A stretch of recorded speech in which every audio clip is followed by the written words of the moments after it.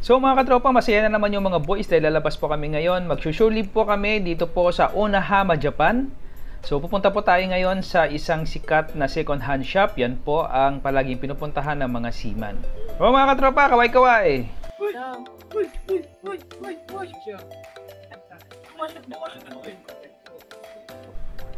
So mga katropa, magsi 7 o'clock na po ng gabi nang magkaroon po kami ng pagkakataon para lumabas. So kinakailangan po namin tumawag ng taxi dahil it will take about 7 to 8 minutes papunta po sa pinakasentro nitong Onahama, kung saan doon po natin pupuntahan yung sinasabi nilang magandang second hand shop.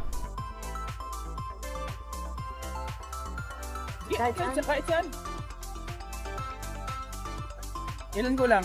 Ito na?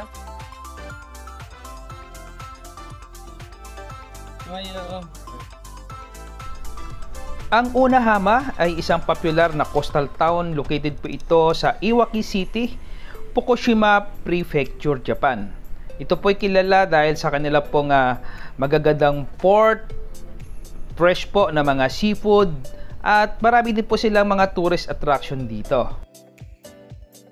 Itong Onahama is heavily damaged po ito. Way back po nung nagkaroon po ng earthquake dito po sa Onahama noong 2011, kung saan talagang nasira po yung city na to, but unti-unti po silang naka-recover. Ngayon po, balik na po sila sa normal na pamumuhay dito. So inyo pong nakikita itong Aeon Mall. Ito po ay located sa Iwaki, Onahama, Japan. Ito po ay popular destination kung gusto niyo po mag-shopping, kumain po, at maglibang. Pwede rin po kayong mag-window shopping dito dahil malaki po itong mall na to dito sa Japan. Of course, hindi po kasing laki na mga mall sa atin. At expect nyo na po na medyo expensive po yung bilihin dito sa Japan. So that's why pumunta po tayo ngayon sa isang second hand shop para makabili po tayo at maka-discount po tayo about 50 to 60% na mas mura po sa original na price. So dadaan po muna kami dito sa isang sikat na tambayan ng mga seaman, isang Filipino store na pag-aari po ni Ate Telma dito po sa Onahama, Japan. So mga katropa, dito na tayo ngayon sa store na ni Ate dito sa Onahama. Ito po yung store niya. Bali, Philippine product po ang mabibili natin dito. Ito naman yung tindahan ni Ate. So ito po yung tindahan ni Ate Telma. Ito po ay located mismo sa pinakasentro dito sa Onahama. Very popular po ito na pasyalan at bilihan ng mga Pilipino. Pag pumunta po kayo dito, parang nasa palengke po kayo sa atin dahil mostly po, hindi naman po lahat, is gawa po at produkto po ng mga Pilipino. Kaya po yung mga customer nila dito, yung mga OFW na nakatira sa Japan, and of course yung mga seaman na nagbibisit dito sa Onahama. So tingnan nyo naman po, may meron po sila mga gadget dito, mga chicharon. Kung gusto nyo po mga iba't ibang uri po ng mga seasoning, dito nyo po mabibili yan. At hindi nyo na po mamimiss, hindi nyo na po kailangan mag-request kayo sa atin dahil dito na mismo ay mabibili nyo na po siya sa mura at very affordable po na prices. Yan, katulad po, mayroon po silang mga chichirya, chicharon, yung Nova, Chippy, Boy Bawang, at of course, kompleto na po. At mayroon po silang video okay po sa taas kung gusto nyo po kumanta.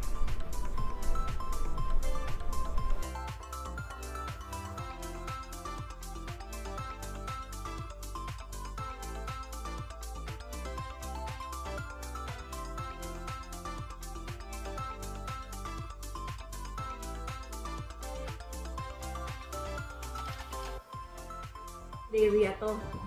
Wow, buti pa si Ate. Naglaki na nag-i-expand na ng business. Oo, paunti-unti muna, di ba? Kaya minsan magkaano, dito nag-iinuman. Ilang years na po kayo dito, Te? Magpo 40. Oh, 40 years na. Malapit na ako mag-senior. Ganun po ba? Hindi halata, di ba?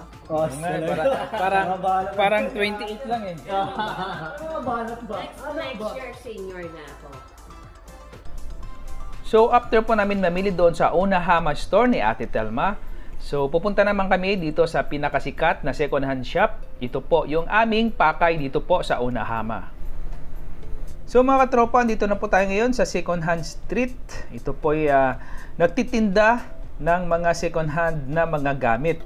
Isa po ito sa napaka-popular na chain ng mga reuse shop dito po sa Japan na mayroon pong mahigit 800 na tindahan sa buong Japan. Kilala sila sa pagbebenta ng mga dekalidad na gamit, damit, accessories at gamit sa bahay.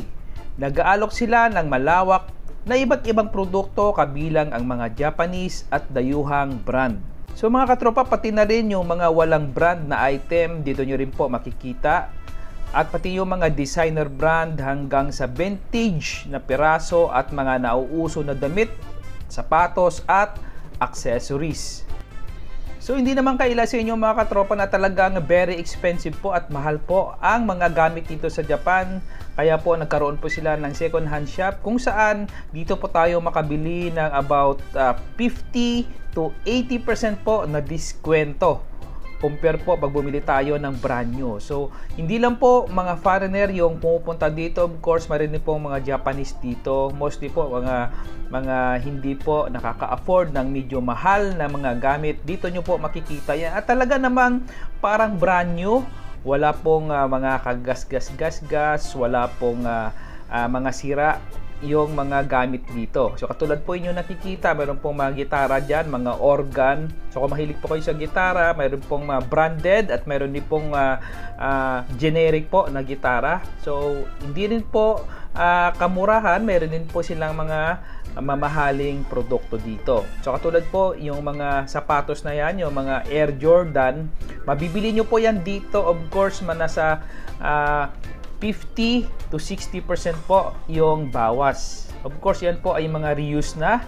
At ito naman po yung mga sapatos na medyo hindi na po masyado kagandahan. So, yung price po niyan, sa original price siguro, naka-discount na po kayo dyan ng mga 70 to 80% compare po. Pero maganda pa po naman yung mga itsura niyan. Yan, katulad po itong mga apparel.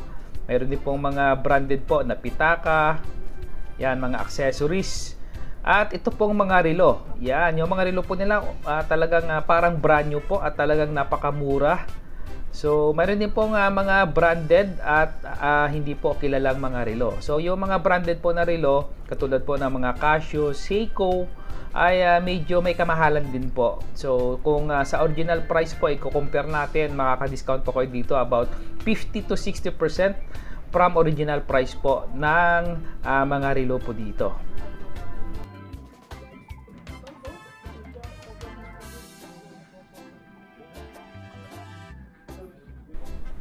So meron din po tayo nakita dito mga signature bags. Medyo may kataasan nga lang po yung price niya. Pero nakikita ko naman po na medyo preserve pa po at maganda pa po yung mga itsura ng mga bag na ito.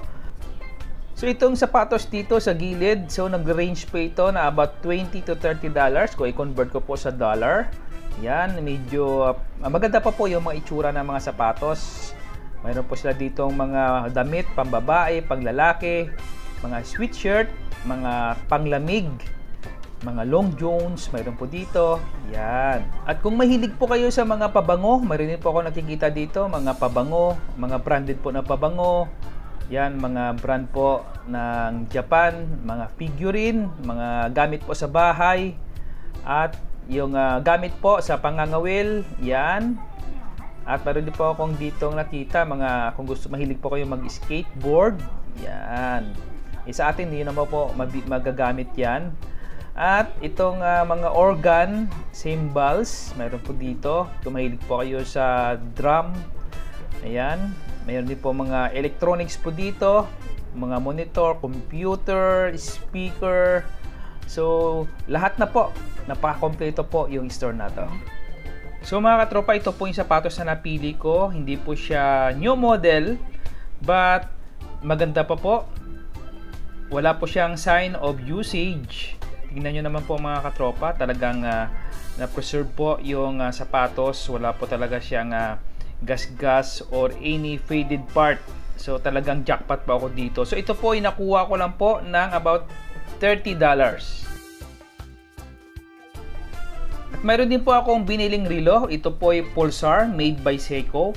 So napakaganda po ang relo na to. Bagong-bago pa siya. Kasama po, mayroon po siyang warranty card. Intact pa po yung box. At wala pa po siyang sign of usage. Nakuha ko lang po ito ng converted na po sa dollar. Nasa $40 po. So after po namin mamili na aming mga gusto, ito na po, magbabayad na po kami. So remind ko lang po na kailangan po magpapalit po muna kayo ng Japanese yen dahil hindi po nila tinatanggap yung US dollar po dito sa second hand shop. So hanggang dito na lang po yung aking video mga katropa. Sana po nag-enjoy po kayo. Ako po si Chef Angel nagsasabi sa inyo, mag-ingat po kayo palagi and God bless!